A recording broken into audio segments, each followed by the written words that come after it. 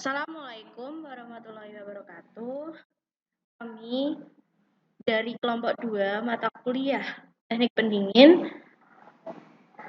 yang beranggotakan saya Putri Ari Kurniawati dan teman saya Damar Prihamtoro. Di sini kami akan menjelaskan mengenai diagram pH pada sistem refrigeran. Terlihat pada gambar, ini merupakan gambar dari diagram pH. Mana diagram pH itu sendiri merupakan diagram yang menunjukkan perubahan entalpi dan tekanan, serta suhu yang terdapat pada sistem pendingin. Pada diagram pH, semakin besar nilai tekanan, maka semakin besar pula nilai suhu refrigeran.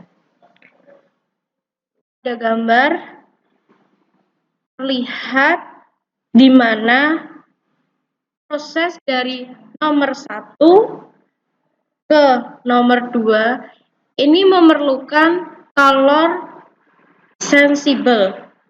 Calor sensibel sendiri merupakan calor yang diperlukan untuk menaikkan suhu. Hal ini terjadi dikarenakan adanya perubahan entalpi.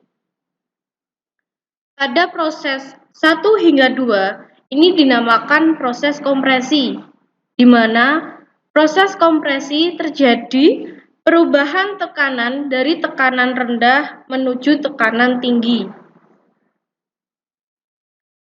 Karena entalpi sendiri naik, maka terjadi pula kenaikan suhu hingga titik paling panas, disebut juga superheat.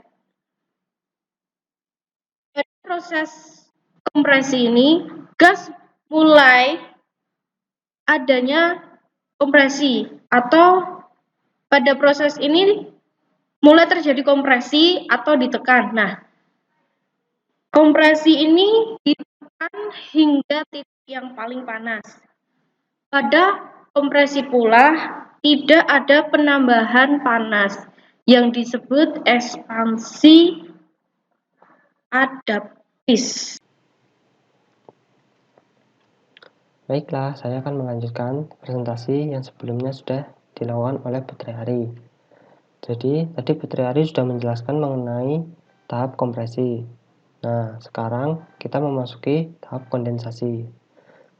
Nah, perlu yang kalian ketahui, uap panas sebelum memasuki tahap kondensasi, perlu adanya yang dinamakan proses pendinginan. Jadi, gas panas didinginkan terlebih dahulu, baru memasuki pada tahap ini, kondensasi. Nah, refrigeran mengalami perubahan entalpi. Jadi, ada perubahan entalpi yang disebabkan oleh kalor laten. Selanjutnya, mengalami perubahan fasa yang disebut dengan proses kondensasi. Jadi, perubahan fasanya itu disebut dengan proses kondensasi. Saya lanjutkan, kemudian ada proses ekspansi, yaitu dari ini angka 3 menuju ke 4, itu proses ekspansi. Proses ekspansi terjadi secara isoentalpi, sehingga entalpi di titik 3 dan 4. Ini di titik 3 dan 4 itu memiliki entalpi yang sama, namun tekanannya atau pressure-nya berbeda. Tekanan pada titik nomor 3 memiliki tekanan yang lebih tinggi daripada titik nomor 4. Nah, jadi tekanan mengalami penurunan. Penurunan tekanan disertai dengan penurunan suhu yang menjadikan kondisi refrigeran yang cair menjadi campuran gas dan air. Atau bisa juga nama lain yaitu bisa dikatakan juga liquid. Nah, Setelah tahap ekspansi, kemudian dilanjutkan dengan tahap eksplorasi atau evaporation. Nah, yaitu ada di titik 4 ini menuju titik 1. Nah, di sini terjadi tekanan yang sama, yaitu tekanannya itu sama, namun entalpi ada perubahan. Nah, dalam proses ini terjadi penarikan kalor yang menyebabkan kenaikan entalpi. Kalor yang di awalnya campuran di titik nomor 4, ini kalornya campuran, kemudian menjadi gas jenuh di titik nomor 1. Proses ini terjadi pendinginan terhadap objek karena kalor ditarik oleh refrigeran pada evaporator.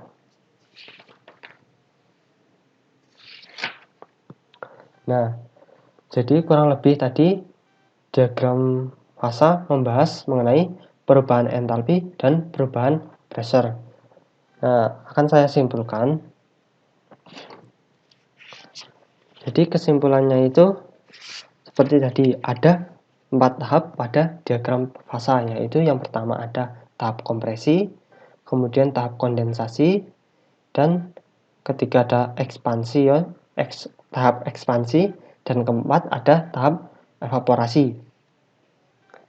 Nah, setiap refrigeran memiliki diagram pH yang berbeda-beda. Namun, pola siklus refrigerasinya sama.